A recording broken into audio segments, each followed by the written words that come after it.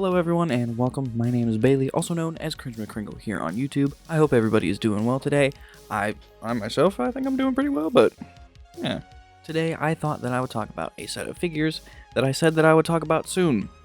That was quite a number of months ago, so yeah. Let's finally talk about it. Today I'm going to be reviewing the Transformers Hunt for the Decepticons High-Speed Spy Battle Set. This set has been a thorn in my side for many years. Ever since I got back into collecting years and years ago and discovered the TF Wiki, I've wanted this, and it's expensive as hell. Before I dive fully into the review, I'll be showing off the box as well.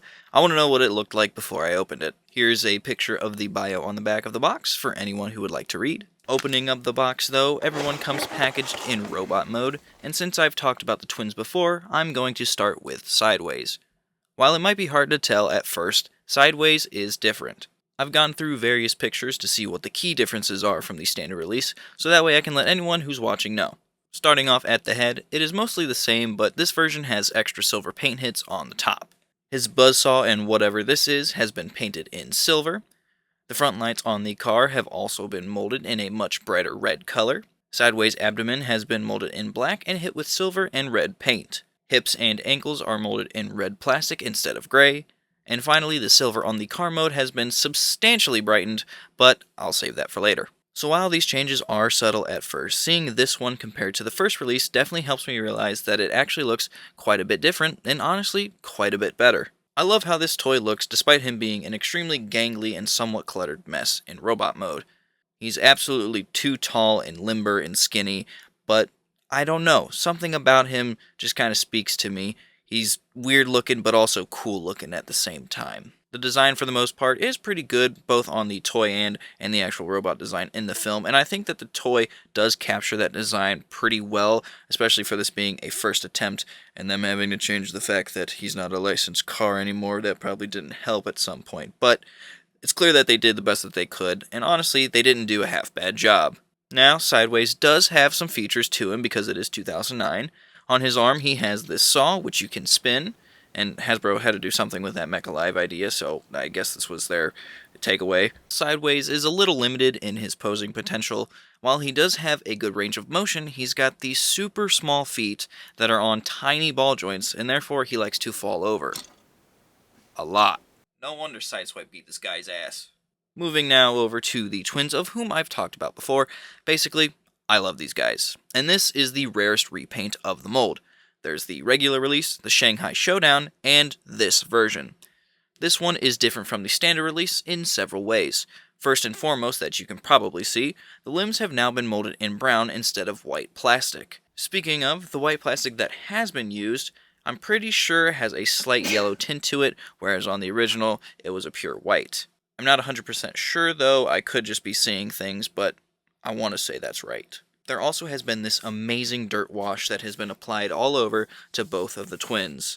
I really like all the changes that were done to both Skids and Mudflap, and honestly, I kind of wish that this is how the original release came.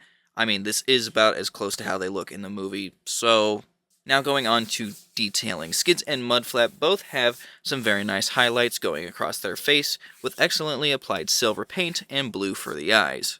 And there's plenty of other molded in detail too, but I go more in depth on that with my other video. These guys aren't the most posable figures in the world. They have lots of kibble and small footprints, which make them just a tad on the tricky side to balance and pose. For transformation, Skids and Mudflap are fairly simple and fun.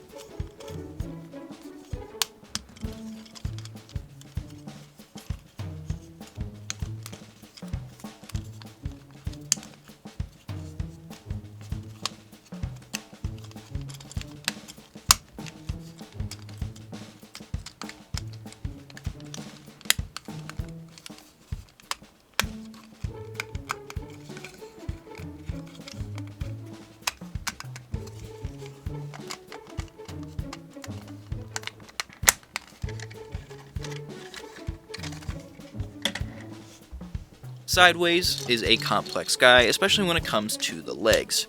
For whatever reason, I always forget how to do that part of the transformation, but other than that, he's a joy to turn into car mode.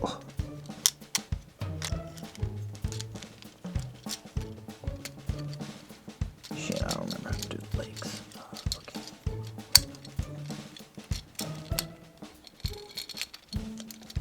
This much.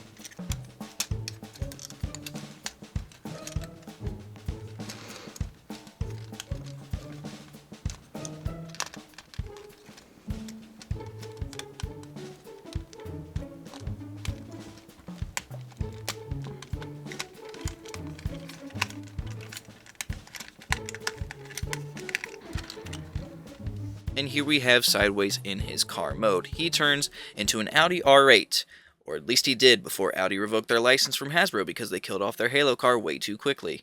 Alright, now, petty points aside, this car mode is beautiful. It's clear that this is still an Audi R8, and man do I love that car. Nothing oozes cool like a manual two-door that can either have a V8 or a V10 engine, and is famous for being Iron Man's car. The silver paint on this vehicle mode is nothing short of spectacular, and it just looks so good. The red plastic for the windows and the lights is an interesting choice, but this is a toy after all. I'm not gonna really lose my mind over it. If only the Studio Series Sideways could have been an officially licensed Audi product. Anywho, let's talk about the twins, who for the most part are the same, but we can see a lot more of that dirt wash has been applied to them in vehicle mode. There's some on the fenders, side panels, the hood, and the grille, as well as on the back portion of the truck. They also added this Caution Children sticker to the roof, which was missing on the standard release, but could be fixed with the Toy Hack sticker set.